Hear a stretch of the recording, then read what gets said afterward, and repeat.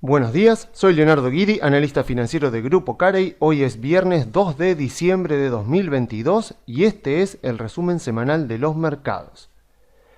Bueno, hermosa semana la que hemos tenido en Wall Street. La verdad que han pasado cosas importantes durante esta semana, sobre todo el miércoles pasado. Y lo bueno es que no ocurrieron hechos que contradijeron la tesis que veníamos elaborando en los informes anteriores, sino que todo lo contrario. Powell este miércoles confirmó que la desaceleración de las subas de tasas de interés va a comenzar en la próxima reunión del 14 de diciembre. Así que vemos esta vela verde, que es justamente el mercado continuando ese descuento en los precios que va haciendo de esta nueva realidad, considerando que lo peor ya pasó, que a partir de esta desaceleración clara que ha tenido la inflación en el mes pasado y que va confirmando esa tendencia que ya viene descendente desde hace unos meses, que todo esto ya le da argumento suficiente a la Reserva Federal como para ir haciendo proyecciones de inflación a futuro y de esa manera considerar que conviene desacelerar un poco las subas de tasas. Ahora ya el mercado considera casi con un 80% de probabilidad que la suba de tasas va a ser del 0,50, a diferencia del 0,75 con el que veníamos durante las últimas reuniones. Entonces, nuevamente, eso ya a uno le permite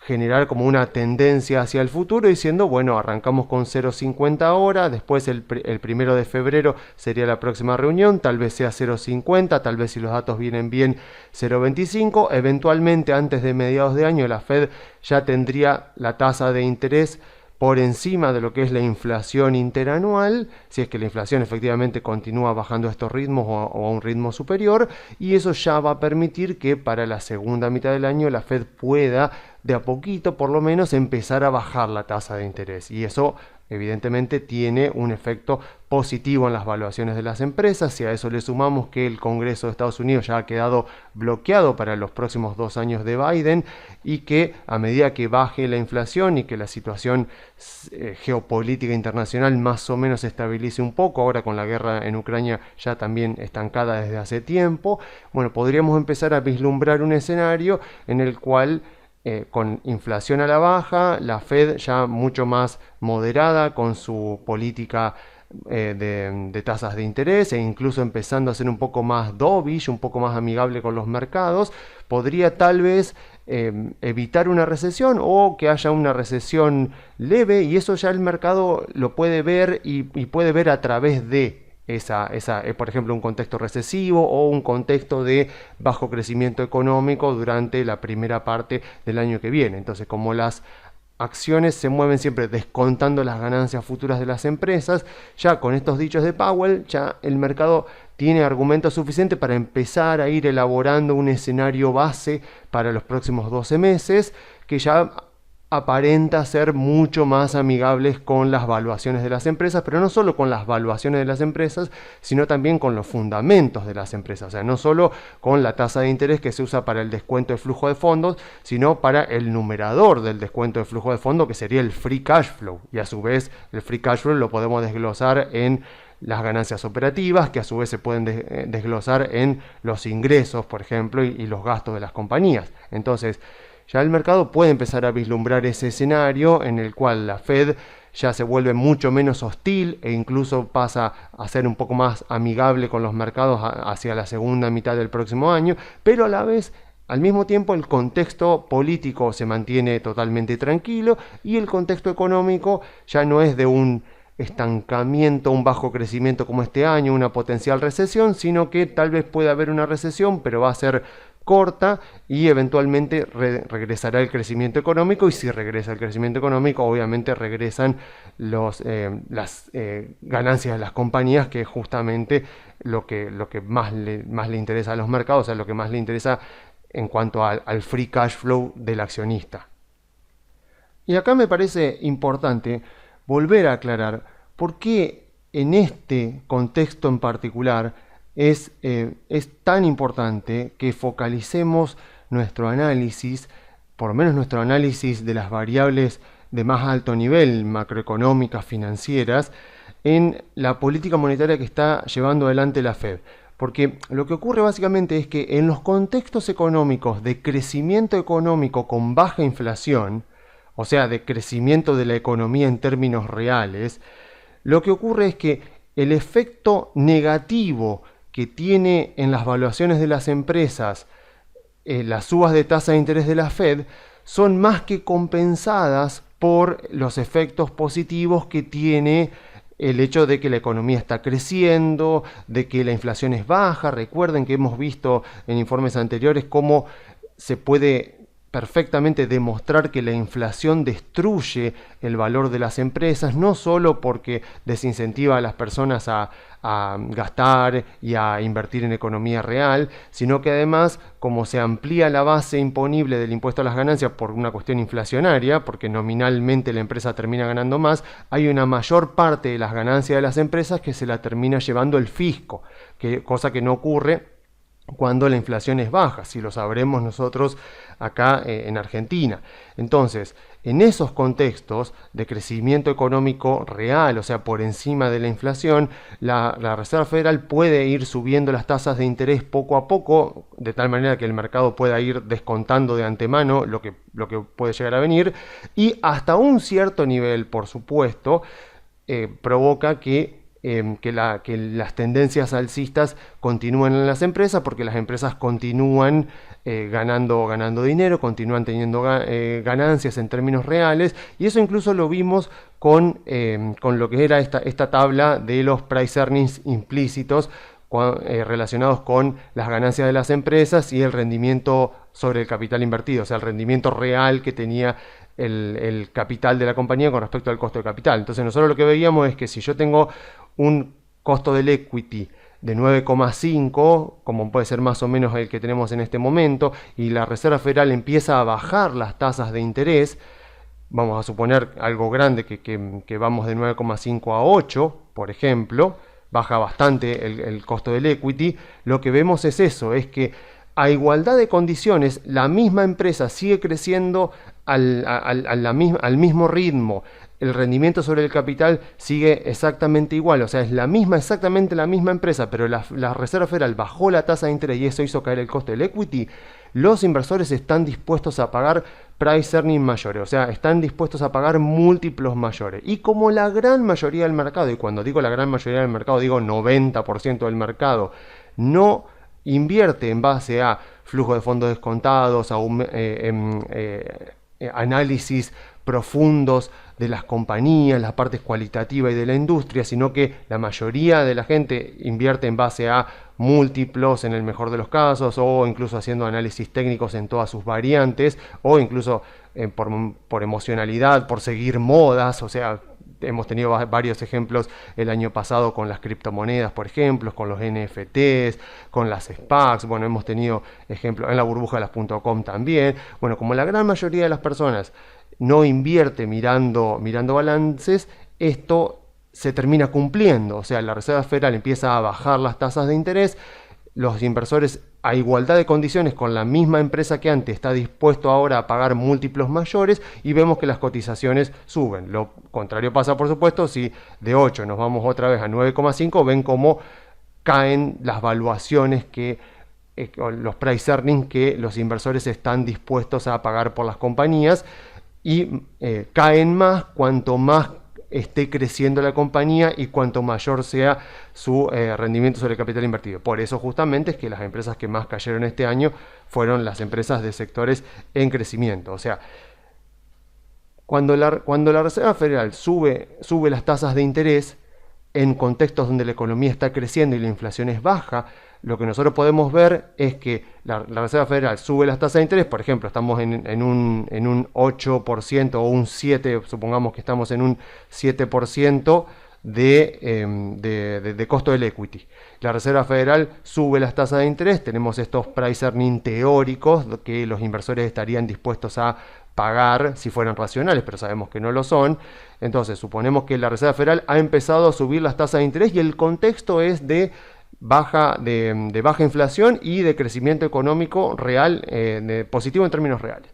Entonces vamos a suponer que de 7 pasamos a 8% del costo del equity porque la Fed ha empezado a subir las tasas de interés. Vemos que a igualdad de condiciones los price earnings de las compañías caen, o sea, los price earnings que los inversores estarían dispuestos a pagar caen porque ha aumentado el costo de oportunidad, porque ahora la tasa libre de riesgo te da un rendimiento mayor. Pero ¿qué es lo que pasa en este contexto? Como la economía está creciendo, las empresas están aumentando sus ganancias, entonces pueden más que compensar este efecto negativo.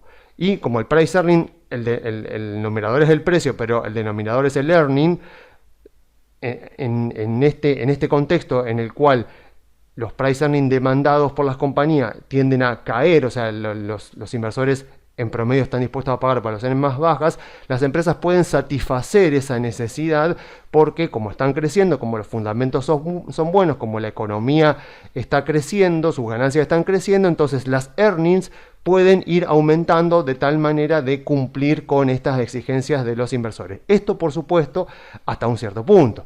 Llega un momento que la Fed sube tanto la tasa de interés que se vuelve imposible para cualquier empresa, por más buena que sea, poder mantenerse a la vanguardia, poder cumplir con las exigencias que demanda el mercado ante una tasa de interés que sube muchísimo. Y bueno, por esas razones que justamente se dice que muchas de las crisis en los mercados financieros, generalmente la del 2008, no tanto la de las .com, pero sí tal vez las de la década de los 60, por ejemplo, o de los 80, fueron inducidas, podríamos decir, por la Fed. Entonces, si uno mira, a ver, por ejemplo, si yo tomo esto, que sería, en azul estarían la tasa de interés de la Fed y en rojo está el Wilshire 5000. O sea, me hubiera gustado utilizar el Standard & Poor's 500, que es el índice más representativo, el que solemos usar siempre, pero no entiendo por qué. La base de datos de la Reserva Federal tiene solamente datos del Standard & Poor's hasta el 2011 y para datos anteriores tengo que usar este índice. Puede ser que sea por derechos de autor, la verdad que lo desconozco. Pero el Wilshire 5000 está constituido de la misma manera que el Standard & Poor's 500, con la única diferencia de que el Standard & Poor's tiene 500 acciones y este tiene 5000.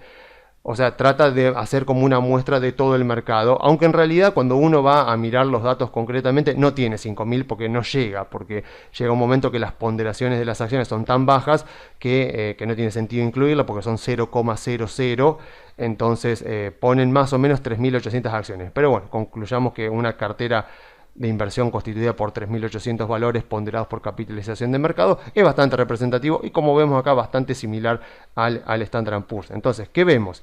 Vemos acá a la Reserva Federal en contextos donde, sobre todo acá, supongamos no lo tengamos en cuenta porque acá se estaba formando una burbuja, acá también se estaba formando una burbuja, pero era en el sector inmobiliario, eran los bonos, no eran las acciones, por lo tanto podríamos utilizarlo, pero vemos contextos acá de subas de tasas de interés con acciones subiendo.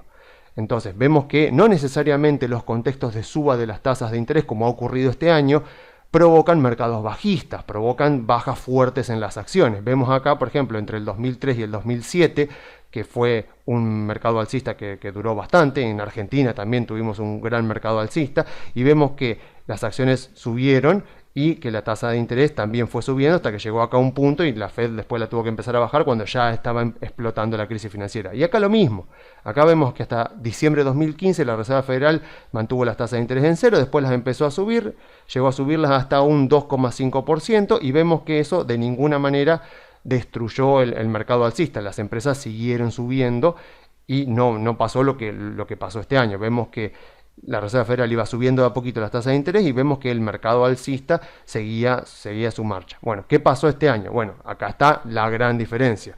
Cuando la economía está creciendo poco o hay recesión y encima la inflación es alta, los efectos negativos de la suba de las tasas de interés de la Fed no logran ser compensados por mejoras en los ingresos, los márgenes de rentabilidad de las empresas, en definitiva por las ganancias de las empresas. Entonces el mercado, que como ya sabemos suele ser bastante superficial en sus formas de invertir, por ejemplo invirtiendo en base a price earning, lo que hace es deshacerse de todas aquellas empresas que no cumplen con sus requisitos y esto por supuesto provoca las caídas de las cotizaciones y los mercados bajistas como hemos visto particularmente este año. Esta entonces es justamente la razón por la cual durante este contexto en particular le tenemos que prestar tanta atención a lo que haga la Reserva Federal, porque justamente en este contexto de alta inflación y bajo crecimiento económico, las subas de las tasas de la Fed logran logran destruir valor en las compañías, o sea, logran que las compañías terminen obteniendo rendimientos que están por debajo del costo de capital. Eventualmente, por supuesto, a medida que la inflación vaya bajando y otra vez vuelva a la zona entre 2 y el 3%, vamos a volver a un contexto similar al que tuvimos en la década anterior. Entonces, supongamos que volvemos a un contexto del 2 al 3% de inflación, tal vez para finales del año que viene, con la Reserva Federal empezando a bajar las tasas. No va a faltar el que cuando la Fed vuelva a subir las tasas de interés, supongamos para 2024, por ejemplo, y estando incluso en un contexto de baja inflación, no va a faltar el que diga, bueno, ahora empiezan a subir las tasas de interés de la Fed, vamos a volver a un mercado bajista. O sea, no, porque si estamos otra vez en un contexto de crecimiento económico en términos reales, con inflación baja entre un 2 y un 3%, la suba de la tasa de la Fed, sobre todo si son subas moderadas, como las que hubo, por ejemplo, en la década de los 2000, ya no van a ser lo suficientemente fuertes para destruir valor de las compañías. O sea, las ganancias de las compañías ya van a estar creciendo, van a estar en niveles suficientes como para ir compensando esos efectos negativos del aumento de las tasas de interés, del aumento en el costo de oportunidad. Entonces, la década anterior justamente se caracterizó por eso. O sea, la suba de las tasas de interés fueron pequeñas, fueron moderadas, o sea, el crecimiento de la economía no era muy alto, era más o menos entre un 2 y un 3%, pero era positivo en términos reales y las ganancias de las compañías iban creciendo. Entonces, la Reserva Federal podía subir las tasas de interés y eso no terminaba destruyendo valor en las empresas. Muy diferente es el caso cuando estamos con una muy alta inflación y con un estancamiento secular de la economía, con sectores en recesión, con otros sectores no. La Reserva Federal sube las tasas de interés y por supuesto a nivel agregado en el mercado es mucho más probable que termine destruyendo valor en las compañías, porque el crecimiento de las ganancias de las compañías en un entorno semi-recesivo y encima con alta inflación no llegan a poder compensar ese efecto negativo que tiene sobre el contexto general del mercado la subida de las tasas de interés. Volviendo entonces al gráfico, lo que vemos es que con la suba fuerte que tuvieron las acciones acá en el Standard & Poor's durante esta semana, gracias a lo que dijo Powell el miércoles, vemos que desde lo técnico parecería que el mercado está saliendo de la tendencia bajista iniciada en enero. Esto es sumamente importante porque eso quiere decir que nosotros que hemos venido comprando acá, por ejemplo, durante todos estos meses, ahora nos vamos a ver beneficiados gracias a que los analistas técnicos, que puede ser que si esto ya se confirma como ruptura al alza, van a empezar a invertir a partir de acá, entonces van a empezar a empujar los precios al alza y eso puede tener un cambio muy importante en el sentimiento inversor, que creo yo, ya lo dije muchas veces, que ha sido la principal causa de toda la baja, de tanta baja que hemos visto a lo largo de este año, porque si uno mira los fundamentos de las empresas no se han destruido tanto como se destruyeron los precios de sus acciones. Entonces gran parte de toda esta baja tiene un componente emocional y ya sabemos que son los traders de corto plazo, los analistas técnicos, aquellos que invierten más en movimientos y no tanto en empresas, los que más manejan el sentimiento inversor. Entonces, si ahora, a partir de acá, el Standard & Poor's continúa subiendo y muchos que están todos mirando el mismo gráfico, porque es muy fácil hacer este gráfico, toman esto como punto de entrada, es un gran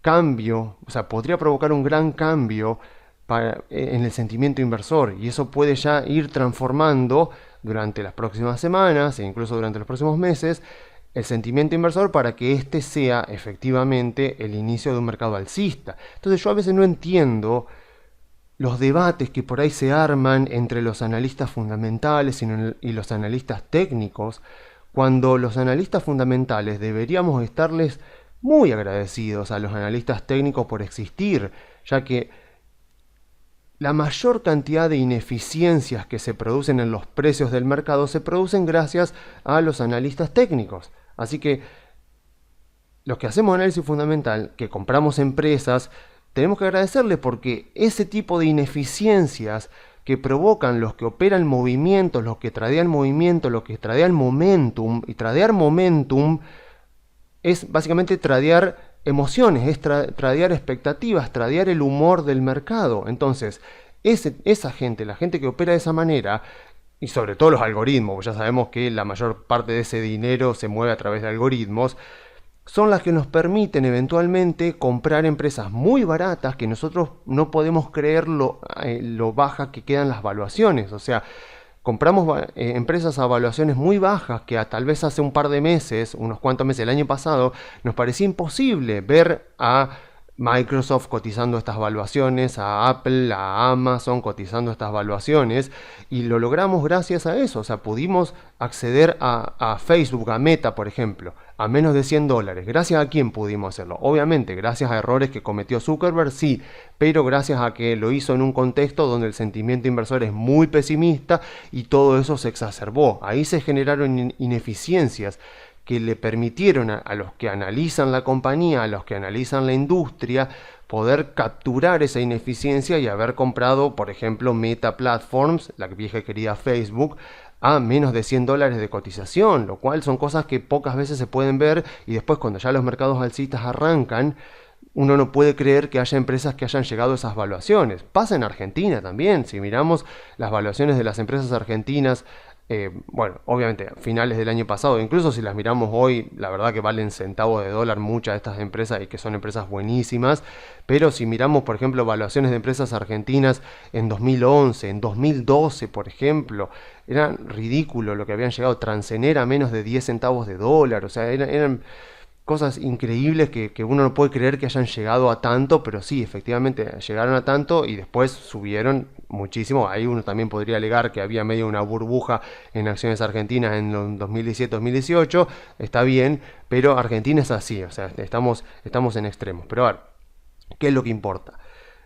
Los inversores que están dispuestos a leerse un balance y hacer un flujo de fondos descontados, ya están haciendo más del 90% restante, más de lo que hace el 90% restante del mercado. Y si encima están dispuestos a analizar la parte cualitativa de la compañía, o sea, los productos y los servicios que ofrece, la propuesta de valor, su modelo de negocio, su industria, cuáles son las ventajas competitivas que le permiten proteger sus ingresos de la competencia, quiénes son los gerentes, qué trayectoria tienen. O sea, cuando uno ya analiza todo eso, ya está haciendo más que el 95% del resto del mercado. Esto, por supuesto, está corroborado por las encuestas, las investigaciones que se hicieron, que ya la hemos visto en informes anteriores. Jim Rogers también ha sido una persona que suele decir este tipo de frases. Jim Rogers, por si no lo conocen, también es una leyenda del mercado, porque fue durante mucho tiempo la mano derecha de George Soros, que ya sabemos que George Soros es un tipo que despierta mucha animosidad y mucha antipatía en mucha gente. En todas las conspiraciones está metido George Soros. El tipo, no sé, no debe dormir porque la cantidad de conspiraciones en la que está metido le debe requerir más del tiempo que tiene un día completo. Pero bueno, lo que importa es que aún así, como inversores, ambos han sido muy buenos. Y bueno, Jim Rogers justamente decía eso, decía, si uno lee un balance y encima se toma el trabajo de estudiar la compañía, estudiar la industria, ya está haciendo más que el 95% restante. Porque, a ver, seamos sinceros, o sea, si yo miro este gráfico, no estoy haciendo nada que esté haciendo la mayoría. O sea, esto es muy fácil de hacer. O sea, estoy haciendo algo, no estoy teniendo ningún tipo de ventaja competitiva. Esto lo hace cualquiera, es muy fácil, en 5 minutos se hace.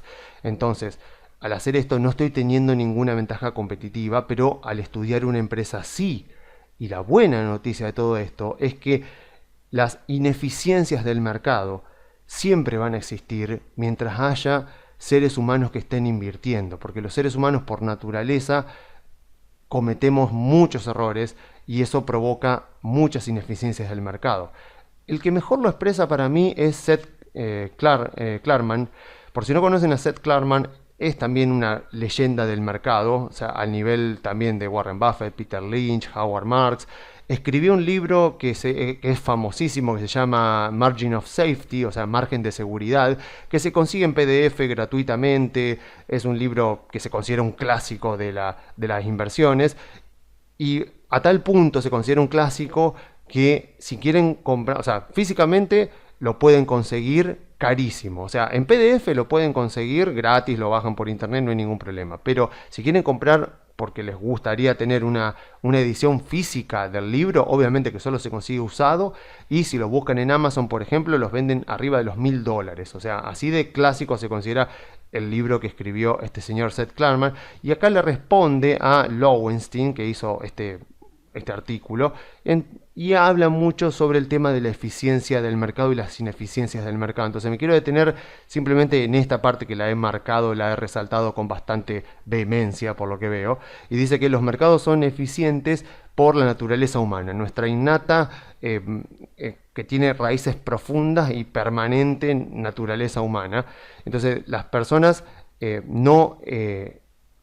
las personas dice que no eligen conscientemente invertir con respecto a sus emociones. O sea, las personas cuando invierten nos gustaría ser racionales al invertir, pero no podemos evitar invertir en base a nuestras emociones porque simplemente no podemos evitarlo. Entonces hace algo muy interesante, que él dice que si todo el país, supongamos todo Estados Unidos, se convirtiera en inversores, o sea, en analistas de securities, de acciones en este caso, se memorizaran el libro de Ben Graham, el inversor inteligente, y regularmente atendieran a las reuniones anuales de inversores de Warren Buffett, él dice que si todas las personas del país nos convertimos en expertos en inversión, nos leemos los libros, nos leemos el inversor inteligente, nos leemos los libros de los que hablamos normalmente acá, lo que dice es que la mayoría de las personas, sin embargo, se encontrarían con una irresistible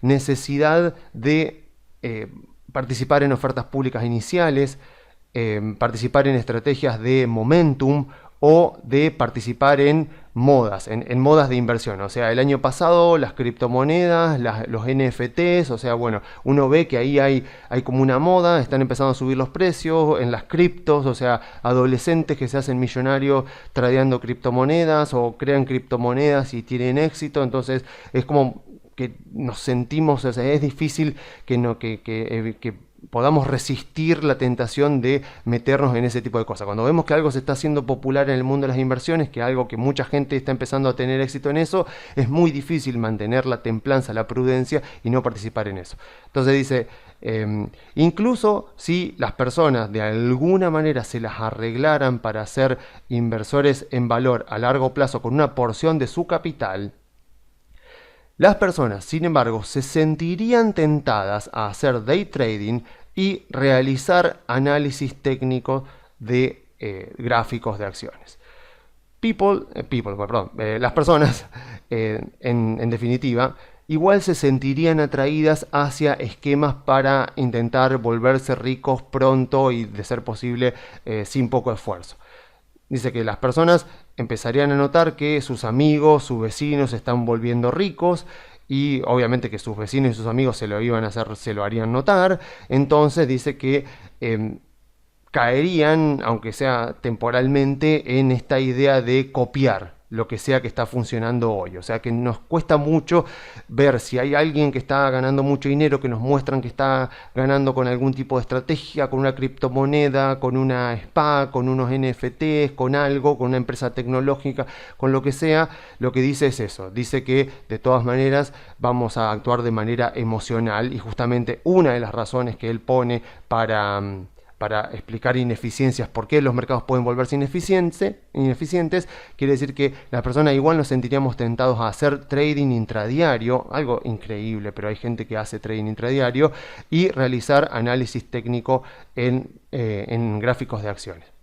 No voy a seguir porque se me va a hacer muy, muy largo, pero eso es lo que más me importa. O sea, lo bueno es eso, es las ineficiencias del mercado que se produjeron en las acciones en este contexto, que seguramente los que invierten en empresas, que estudian compañías, aprovecharon para comprar.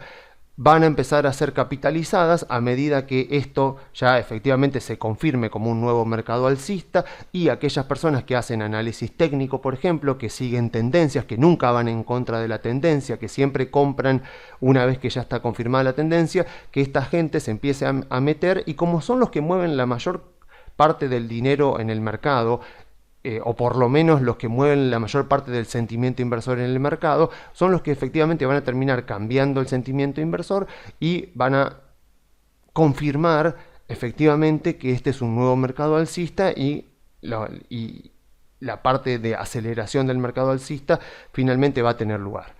¿Qué creo yo con respecto a la eficiencia de los mercados? Algo parecido a lo que dice Seth Klarman. O sea, yo creo que los mercados son bastante eficientes, muy eficientes con respecto a aquella información pública de fácil acceso y de fácil interpretación que está al alcance de todos. Por ejemplo, la tasa de desempleo, la tasa de inflación, las subas de tasa, los movimientos de tasa de la Fed, el crecimiento económico, o sea, todos esos datos que son públicos, de público conocimiento, noticias que pueden llegar a salir con respecto a políticas de gobierno, a geopolítica, bueno, todo eso es rápidamente incorporado en los precios, porque no solo es información pública de fácil acceso, de conocimiento amplio e instantáneo en los mercados, sino que además es de fácil interpretación.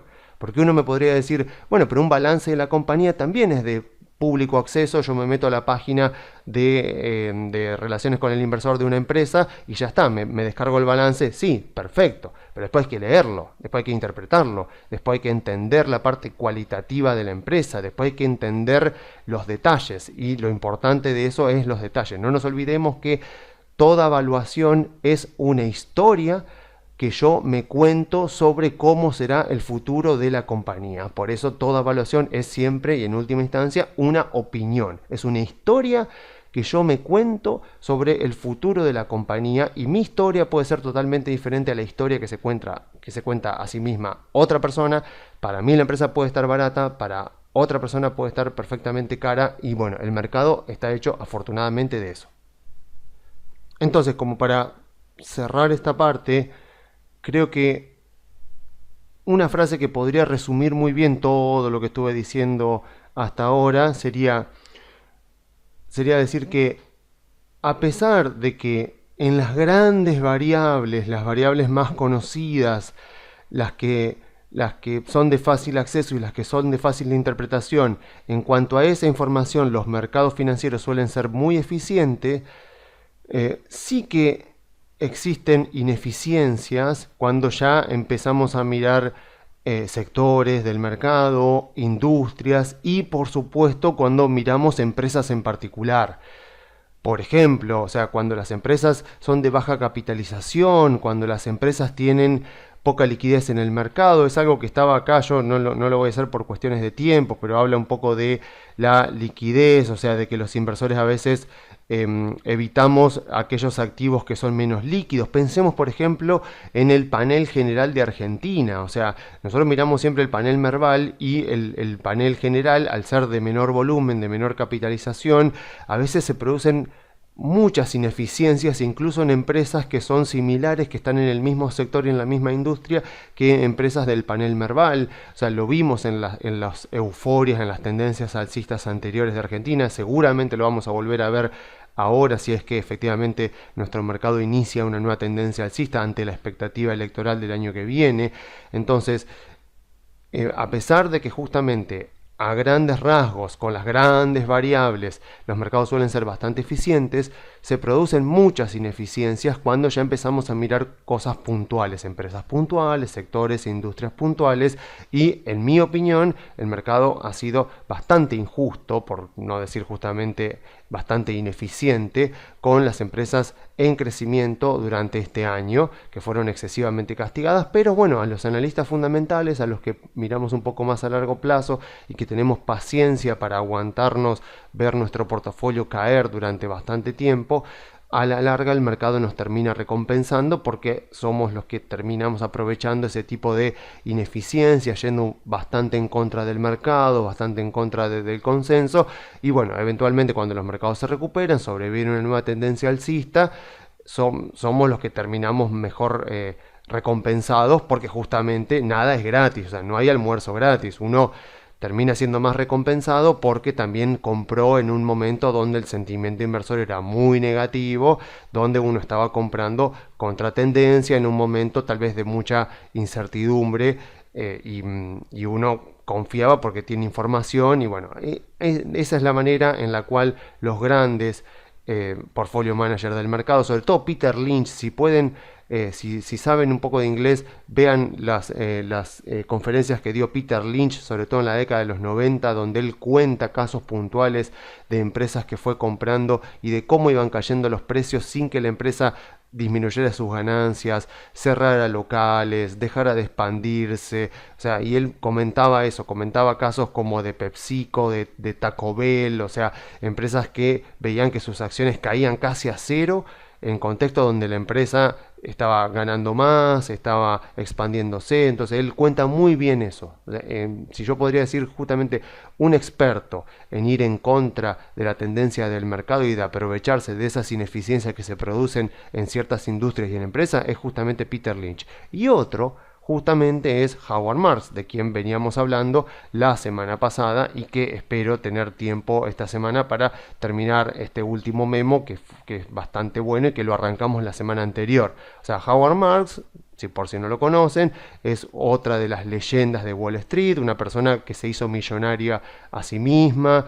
O sea, es un portfolio manager muy exitoso, muy conocido. O sea, suele ser nombrado por Warren Buffett, suele ser llamado varias veces por canales de televisión para hablar, da conferencias. Hay mucho material de él en YouTube, incluso material subtitulado. Sus libros están traducidos al castellano, así que es toda una autoridad. O sea, es una persona que generosamente publica cada cierta cantidad de meses, cuando tiene algún tema del que le gustaría hablar, publica este tipo de memos, que generalmente son entre 10 y 15 páginas, donde habla en relación a un tema. Con lo cual es una persona que tiene sentido que la escuchemos, porque es una persona que no solo ha sido exitoso en el mercado y que ha ganado dinero operando, o sea, invirtiendo su propio dinero y el de sus clientes, satisfaciendo a sus clientes, sino que además es una persona que hace de la década del 60 que está en los mercados financieros. Así que imagínense que ha probado de todo, ha visto de todo en el mercado, con lo cual cualquier consejo que nos pueda dar él diciendo, bueno, vayan por acá, traten de evitar este tipo de cosas, es sumamente interesante, porque está hablando una persona que no es un periodista de los mercados, sino que es una persona que efectivamente ha estado operando en los mercados, ha arrancado desde lo más abajo y se ha constituido en toda una leyenda de Wall Street, porque sus rendimientos así lo indican. Entonces, estábamos en la página 3, obviamente si quieren, si les interesa ver el análisis de las páginas anteriores, vayan al informe de la semana pasada. Acá lo que veníamos diciendo era justamente que, como decía acá, la mayoría de las personas compran acciones con el objetivo de venderlas a un mayor precio a otra persona en el futuro. Simplemente creen que las acciones son cosas para tradear, no son cosas para poseer. Entonces es sumamente importante que dejemos este tipo de mentalidad. O sea, que cuando compramos Apple, por ejemplo, lo hagamos porque nos gusta la compañía, nos interesan sus productos, creemos que la industria está creciendo, creemos que el gerente y su equipo directivo son competentes y queremos participar del crecimiento de esa compañía, no solamente porque vamos a poder vendérsela a otra persona en el futuro. Eso es algo, digamos, eso es una consecuencia. O sea, la causa de que vamos a poder venderle las acciones a otra persona en el futuro a un precio más alto es que compramos una buena compañía, en una buena industria, con un buen equipo gerencial, con una buena propuesta de valor. O sea, no tiene que ser nuestro objetivo ese, tiene que ser nuestro objetivo el hecho de invertir nuestro dinero, nuestro esfuerzo. O sea, pensemos que en nuestros ahorros, en el dinero que nosotros invertimos en acciones, ahí está condensado todo nuestro esfuerzo, nuestro tiempo, nuestro trabajo. O sea que nosotros tenemos que tratar a ese dinero como si fueran nuestros empleados. O sea, ese dinero que tenemos ahorrado, ya sea lo que sea mucho, sea poco, esos pesos que tenemos ahorrados en nuestra cuenta bancaria, nosotros tenemos que considerar que son nuestros empleados, que nosotros hemos trabajado para obtenerlos, así que esos son nuestros empleados, que nosotros tenemos que hacer que ahora trabajen para nosotros multiplicándose. Y la forma de hacer eso es invirtiendo en buenas compañías. O sea, obviamente tenemos que hacer que ese dinero nuestro, con nuestros ahorros se multipliquen, pero también siendo conscientes del nivel de riesgo que estamos dispuestos a asumir. Entonces, de esa manera también podemos saber el tipo de rentabilidad que podemos esperar. Entonces, Howard Marks decía que en una encuesta de este instituto, decía que el tiempo promedio entre 1992 y 2012, tiempo promedio de tenencia de un inversor típico de acciones era de 6 meses. O sea, en promedio un inversor típico del mercado entre 1992 y 2012 mantenía sus acciones en cartera durante 6 meses. Y lo que decía él es que ese periodo es demasiado corto. Entonces decía, cualquier periodo inferior a un año, cuando vos invertís y vendés las acciones con periodos inferiores a un año, no estás utilizando al mercado de capitales para adquirir participaciones en empresas y participar en el crecimiento de la compañía. En su lugar, estás simplemente suponiendo que las expectativas y las noticias van a cambiar en el corto plazo y te van a permitir venderle las acciones a otra persona, o tal vez no, pero si estás pensando en comprar una acción y venderla dentro de los próximos 6 meses, no estás pensando en participar en la compañía. Estás pensando que, bueno, tal vez ahora se inició un mercado alcista, tal vez la Reserva Federal baja las tasas de interés, y entonces me beneficio porque el mercado va a estar dispuesto a pagar price earning más altos y la economía se va a recuperar, la inflación va a bajar, entonces voy a poder aprovechar y vender las acciones porque en 6 meses necesito el dinero. Entonces, lo que estoy haciendo ahí no es tanto participar de la compañía, sino suponer que van a aparecer noticias durante los próximos meses de que la inflación está bajando, la Fed va a bajar las tasas de interés, la economía tal vez entre en recesión, tal vez no, pero en definitiva se va a recuperar, y suponemos que, sobre todo, que las expectativas, que el sentimiento inversor va a cambiar con respecto al mercado en general y con respecto a la empresa en la que estamos invirtiendo en particular, y que eso va a hacer subir el precio de las acciones y que por lo tanto yo voy a poder hacerme de una ganancia. Esto es lo que dice Howard Marks. O sea, cuando estoy invirtiendo con periodos de tiempo tan cortos, no puedo decir que estoy invirtiendo en una compañía, porque no le doy tiempo a los fundamentos de las compañías para verse reflejado. Capaz que tengo suerte y justo compro en un momento donde hay alguna noticia, hay algún contrato, hay algún producto y la acción de la compañía se mueve en base a fundamentos. Pero en general no pasa eso, porque las empresas no están sacando productos nuevos todo el tiempo y no son, no son capaces de cambiar tanto en poco tiempo. Entonces, seguimos un poco. Y vamos a esta parte donde, de vuelta, siguiendo el mismo formato que ha tenido en todo este memo, lo que dice Howard Marks es, bueno, otra cosa que no importa, según él, por supuesto, es el rendimiento que obtenemos a corto plazo. Bueno, va haciendo un par de cosas y acá me quiero detener solamente en este párrafo, que él dice que ninguna persona debería atacharle, o sea, asignarle demasiada significancia a los rendimientos de un cuatrimestre o incluso un año, dice él. El rendimiento al invertir es simplemente un resultado extraído de un conjunto de resultados posibles que pudieron haberse materializado, y en el corto plazo puede estar, o sea, el corto plazo puede estar siendo fuertemente influenciado por eventos aleatorios.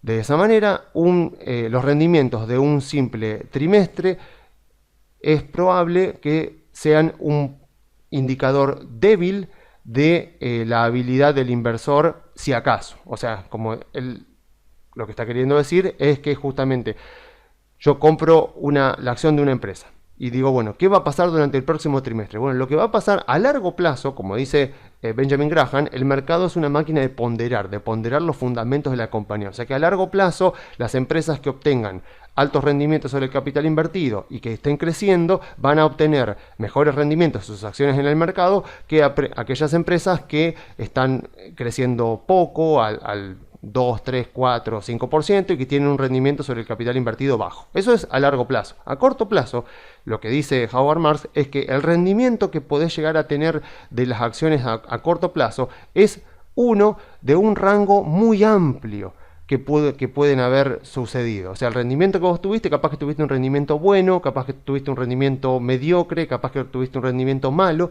Bueno, lo cierto es que al mirar periodos tan cortitos, lo que dice Marks es que es tan solo uno de muchos escenarios posibles que justamente se dio ese, y como dice él, muchos eventos aleatorios. O sea, puede estar fuertemente influenciado por los eventos aleatorios que pueden estar ocurriendo justo en ese trimestre. A largo plazo no, porque a largo plazo, en definitiva, las acciones de la compañía van a subir en base a el crecimiento que tengan las ganancias y el rendimiento sobre el capital invertido. Entonces, a largo plazo, como ya lo dije, justamente una empresa que crezca y que tenga altos rendimientos va a subir mucho más sus acciones de lo que suben las acciones de una empresa que está creciendo muy poquito y que tiene un rendimiento sobre el capital invertido bajo. Otra cosa que no importa, según Howard Marks, la volatilidad.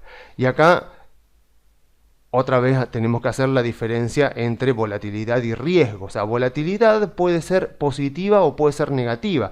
Riesgo es siempre y en definitiva riesgo de perder dinero. Yo compro una acción. Mi riesgo es, bueno, ¿qué riesgo tengo? O sea, ¿qué probabilidad tengo de que pasando un año yo esté perdiendo dinero? Volatilidad puede ser volatilidad tanto al alza como a la baja, porque las acciones pueden llegar a subir y a bajar con mucha volatilidad. Pero la volatilidad a veces erróneamente se confunde con el riesgo y mucha gente utiliza, por ejemplo, como dice acá, el Sharpe Ratio, que es un ratio, un indicador, un medidor de performance, que podríamos decir que se utiliza mucho, y como dice él, es una medida imperfecta para evaluar el rendimiento de un portafolio de inversión ajustado por riesgo. Se han intentado hacer algún tipo de correcciones, por ejemplo está el ratio de Sortino, que solamente tiene la volatilidad bajista, pero el Sharpe Ratio, el ratio de Sharpe, sigue siendo el que es más ampliamente utilizado, a tal punto que Sharpe recibió el premio Nobel de Economía, no sé si finales de los 80 o a principios de los 90. Entonces lo que él dice es eso, lo único que me interesa destacar es estos dos párrafos. Dice, protegerse contra la inflación en general no es algo gratis, o sea, reducir la volatilidad, o sea, protegerse contra la volatilidad generalmente no es algo gratis. Reducir la volatilidad por su propia naturaleza es una estrategia subóptima.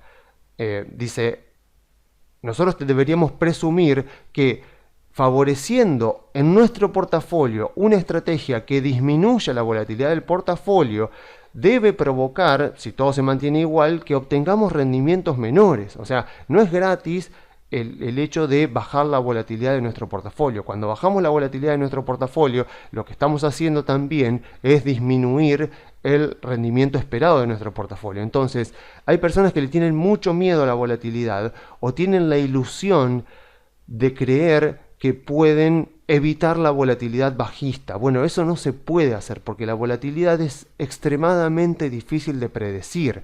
Ahora bien, lo que sí se sabe, o sea, se saben dos cosas de la volatilidad. Número uno, que siempre revierte a la media. Entonces, si la media del Standard & Poor's es 20% de volatilidad, por ejemplo, si estamos en un contexto de volatilidad muy baja, como pudo haber sido, por ejemplo, 2017 o incluso 2021, con volatilidades entre el 10 y el 20%, lo que es normal suponer es que eso no va a perdurar, que la volatilidad va a aumentar.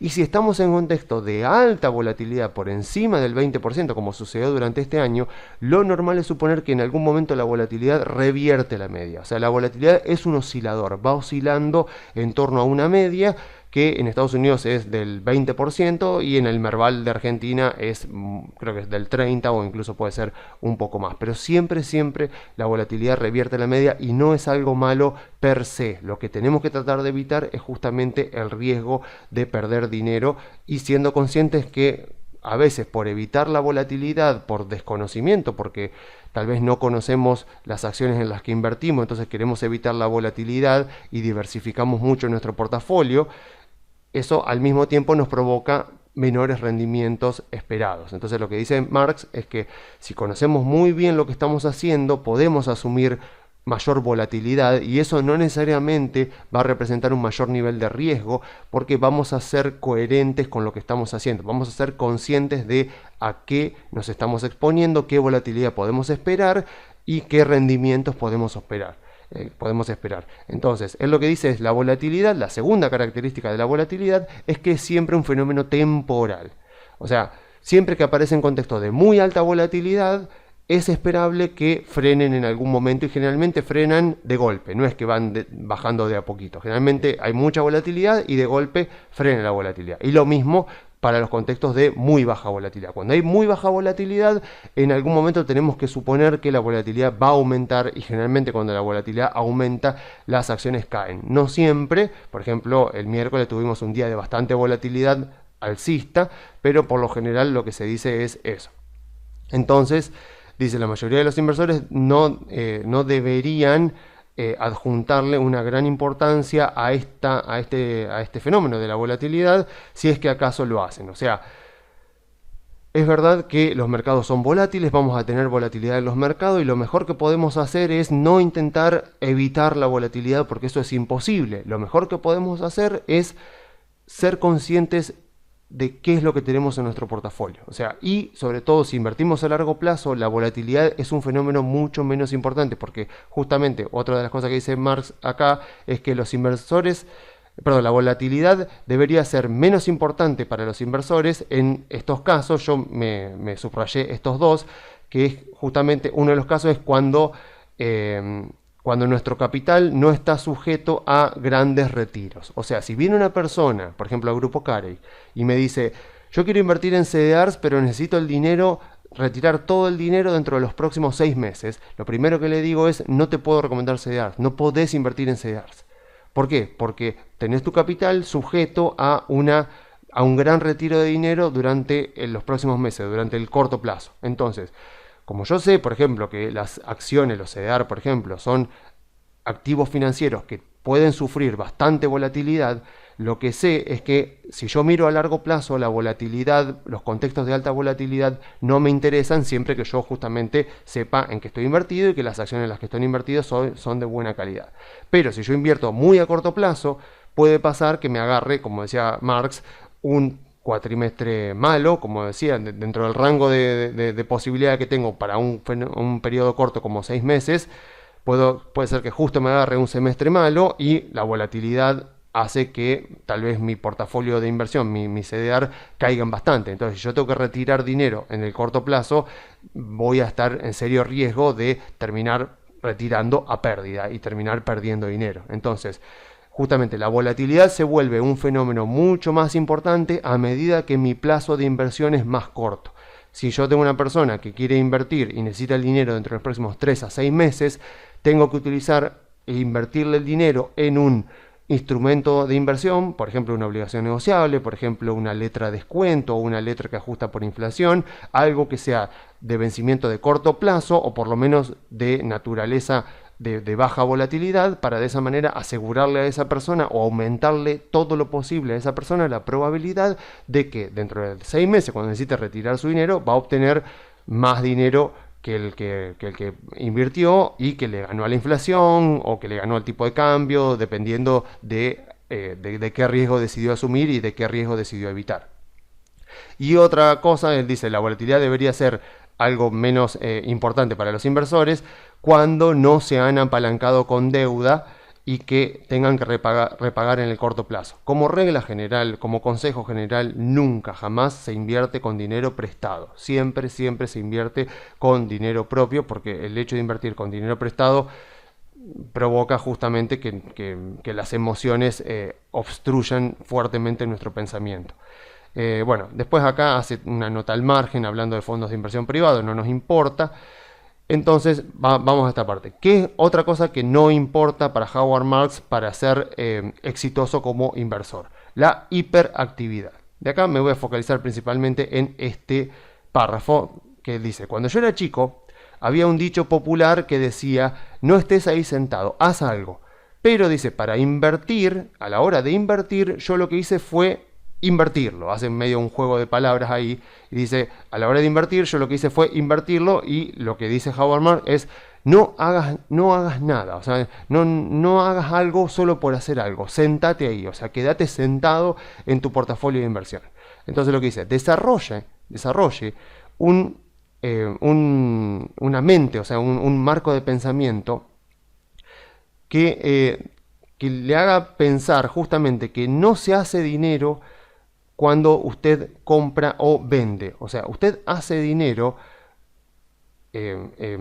esperanzadamente, digamos, o sea, hopefully, esperemos que hagamos dinero cuando mantenemos. O sea, no hacemos dinero cuando compramos y vendemos. Si hacemos dinero, lo hacemos al mantener. Piense más, tradee menos. Haga menores y más concienzudas operaciones. O sea, esto es fundamental. O sea, es algo que justamente que lo decía en el informe anterior. O sea, la clave es hacer menos operaciones, hacer menos movimiento de portafolio, pero de manera mucho más consciente, mucho más pensados en profundidad, mucho más a conciencia, mucho más sabiendo qué es lo que estamos haciendo. Hagamos menos operaciones, menos movimientos en nuestro portafolio, pero de manera más consecuente. O sea, hagámoslos de manera mucho más pensada, mucho más meditada, de tal manera de que seamos muy conscientes de qué es lo que estamos haciendo y de por qué lo estamos haciendo. Y bueno, siempre aparece nuevamente esta frase famosa de Bill Miller, que es el tiempo y no el timing la clave para construir riqueza en el mercado de capitales. El tiempo, no el market timing, o sea, tiempo en el mercado y no market timing. Bueno, entonces, finalmente llegamos a la parte donde dice Howard Marks qué es lo que realmente importa para ser exitoso como inversor. Entonces dice, lo que realmente importa es el rendimiento de tus tenencias sobre los próximos 5 a 10 años o más. Acá yo me permito disentir un poco con Howard Marks. Para mí, 2 años ya es un periodo suficiente como para que los fundamentos de las compañías en las que estamos invertidos ya se muestren en el precio de las acciones. O sea, incluso diría 1 año y medio, pero 2 años creo que está bien. Creo que no hace falta que uno espere 5 o 10 años, y menos en el mercado de hoy, porque hoy es todo mucho más dinámico. Las ventajas competitivas en muchos casos son mucho más débiles de lo que eran hace 30 o 40 años. Entonces, una empresa que hoy tiene una fuerte ventaja competitiva, pensemos por ejemplo Adobe, se vio amenazada por la competencia y tuvo que tomar decisiones que provocaron bastante antipatía, para mí un poco injusta, pero antipatía entre los inversores del mercado. Entonces creo yo que pensar a 5 años es un periodo de tiempo bastante largo, y las acciones de hoy no se mueven en base a lo que va a ocurrir dentro de los próximos 5 años, pero sí en base a lo que va a ocurrir dentro del próximo año, año y medio, 2 años. Eso siempre y cuando, por supuesto, estemos en un mercado alcista. Cuando estamos en mercados bajistas, como ya sabemos, los plazos se terminan acortando mucho. Y a continuación viene el párrafo que creo yo que mejor resume el objetivo de Howard Marks de este memo, que son estos consejos. Y él dice: yo creo que la mayoría de la gente sería más exitosa si se focalizaran menos en el corto plazo o en las tendencias macro. Acá deberíamos entender tendencias macroeconómicas, y en su lugar trabajaran duro para obtener un conocimiento superior referente a las perspectivas de los fundamentos de las empresas, se entiende, sobre un periodo de múltiples años en el futuro. Entonces dice, ellos deberían estudiar empresas y acciones, instrumentos de inversión, evaluando las cosas, evaluando cosas, aspectos tales como el potencial de ganancias, en este caso de las empresas. Comprar aquellas que pueden ser compradas en el mercado a precios atractivos en relación a su potencial. O sea, como siempre dice Howard Marks, no importa solo lo que compras, sino el precio a lo que compras. O sea, en este momento estamos viendo en el mercado que gracias a toda la baja que hemos visto en este año, hay empresas de muy buena calidad en excelentes industrias con grandes ventajas competitivas, que no solo son excelentes compañías, sino que además están cotizando a valuaciones muy bajas o a múltiplos bajos, como pueden decir muchos analistas en el mercado que les gusta mirar price earnings en lugar de mirar valuaciones.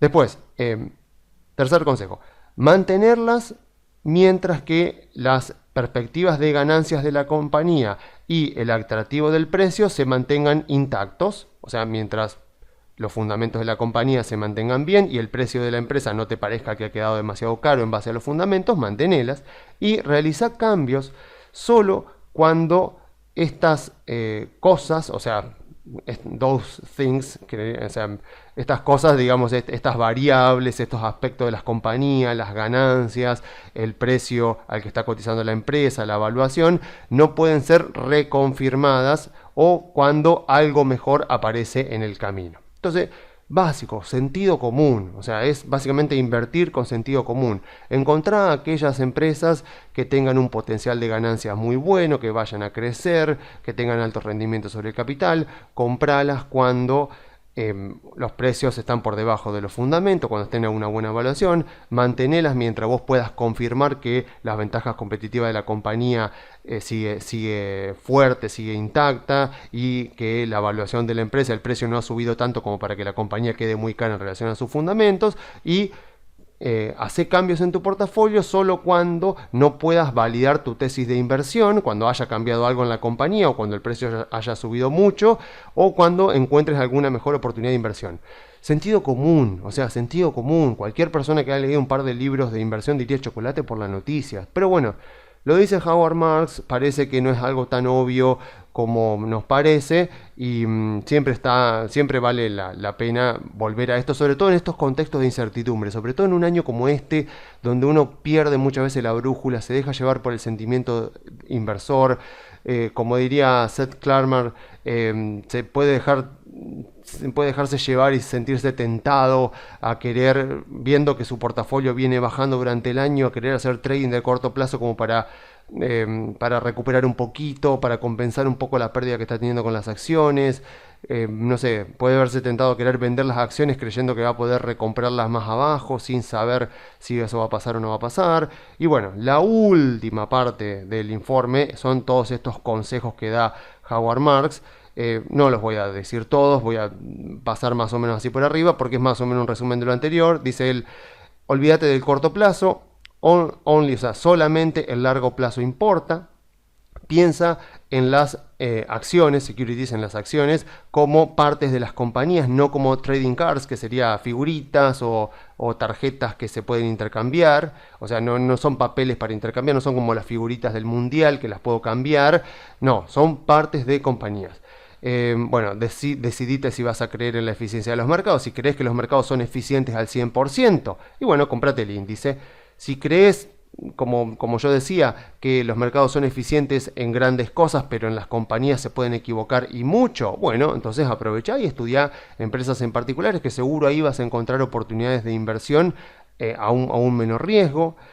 Bueno, esto algunas los voy a pasar porque habla de qué actitud vas a tener con respecto al riesgo, tenés que asumir una actitud saludable con respecto al riesgo, insistí en un adecuado margen de seguridad o en la habilidad para sobrepasar periodos, o sea, la habilidad de la compañía para sobrepasar periodos donde las cosas no van bien como vos lo has esperado, o sea, si vos compras una empresa a una evaluación baja, como puede ser lo que está ocurriendo ahora, cuando vengan los problemas en el futuro, cuando vengan los momentos de inestabilidad, uno está tranquilo porque sabe que compró a un buen precio. Entonces, lo que dice él, insistí siempre en tratar de comprar compañías que estén cotizando según tu propia evaluación por debajo de su potencial.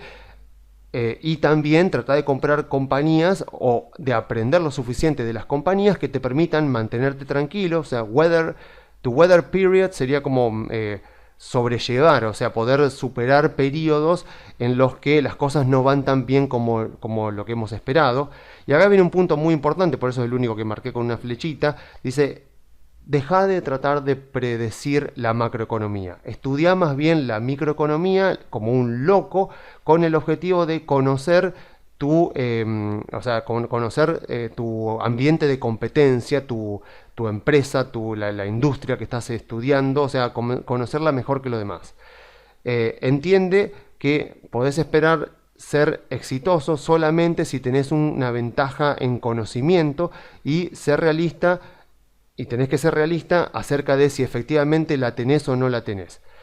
Entonces, ¿cuál es la idea? Acá yo como no puedo disentir porque tiene razón Howard Marks, pero no por el hecho de dejar de intentar predecir la macroeconomía, es que quiere decir que, o sea, no por el hecho de no poder predecir correctamente la macroeconomía, vamos a dejar de intentar predecirla. O sea, en estos informes siempre decimos, bueno, ¿cuál es el contexto macroeconómico que nos esperamos para el año que viene? Bueno, esperamos que la Reserva Federal vaya disminuyendo la suba de la tasa de interés, que eventualmente baje la tasa de interés el año que viene, que la inflación vaya bajando y que el crecimiento económico se vaya recuperando, pero puede ser que haya una pequeña inflación al principio del año que viene. Ese es el entorno macro, que más o menos yo vislumbro para el año que viene, y en base a eso creo que se ha iniciado un nuevo mercado alcista. O sea, yo no puedo evitar hacer eso.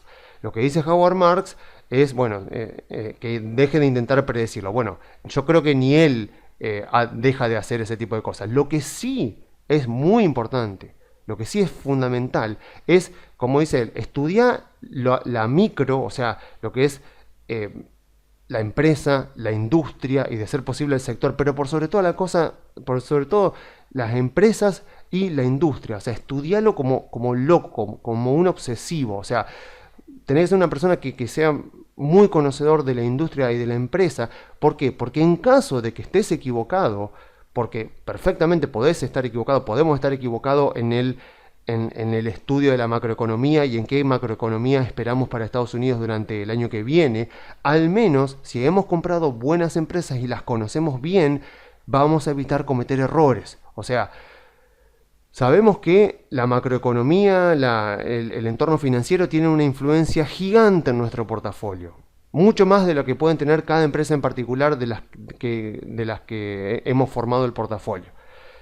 Entonces, sabemos que esas variables que son las que más influyen, a la vez son las que son casi imposibles de predecir con 100% de seguridad. Entonces, sabiendo eso, lo único que puedo hacer es focalizarme en aquello que sí puedo conocer en profundidad. Entonces, armo un esbozo, un modelo, un escenario base macroeconómico que yo espero para el año que viene, y en base a eso selecciono si me voy a posicionar en acciones, qué sectores, qué industrias, y en el caso de las industrias y las empresas las estudio bien en profundidad.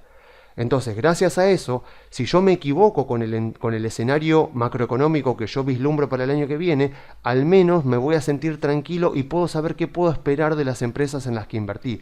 Piensen, por ejemplo, que Warren Buffett, el famoso y conocido leyenda del mercado, o sea, tal vez el mejor inversor que ha existido, por lo menos en cuanto a carisma y en cuanto a todo el aprendizaje que nos dejó, no es una persona que sepa sobre todo el mercado. Warren Buffett es experto en 3 o 4 industrias: en la industria de los seguros, en la industria de los bancos, en la industria del consumo durable y en industrias de producción de energía y de transporte aéreo, por ejemplo. O sea, y nada más.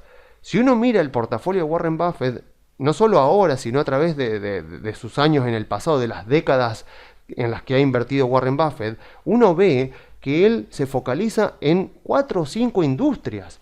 O sea, la mayor ganancia, o sea, el éxito que ha tenido Warren Buffett como inversor, no lo ha hecho a través de invertir en un montón de industrias diferentes, sino en focalizarse en 4 o 5 industrias que él conoce muy bien en detalle, e invertir en empresas de esas industrias cuando él consideraba que estaban baratas, y después mantenerlas por mucho tiempo. Entonces, ese es un acercamiento, un abordaje, una metodología que nosotros podemos replicar. O sea, armamos un escenario base macroeconómico, sabemos que nos podemos equivocar, pero para compensar esa falta de control que tenemos sobre lo que puede llegar a pasar en la macroeconomía estadounidense o en el contexto financiero estadounidense durante el próximo año, lo que hacemos es focalizarnos mucho en estudiar empresas, estudiar industrias que creemos que son las que más baratas han quedado y las que mejor rendimiento van a tener. Compramos y, como dice Howard Marks, nos sentamos ahí a esperar. Si hicimos las cosas bien, el tiempo va a ser nuestro mejor amigo y nuestras inversiones van a dar buenos rendimientos. Así que bueno, yo lo voy a dejar acá porque ya se me hizo demasiado largo. Ya saben que pueden descargar este memo de internet, leerlo. La verdad que vale muchísimo la pena. Yo por lo pronto me despido dejándole las vías de comunicación. Se pueden comunicar enviando un mail a info@grupocarey.com.ar o a contacto@grupocarey.com.ar.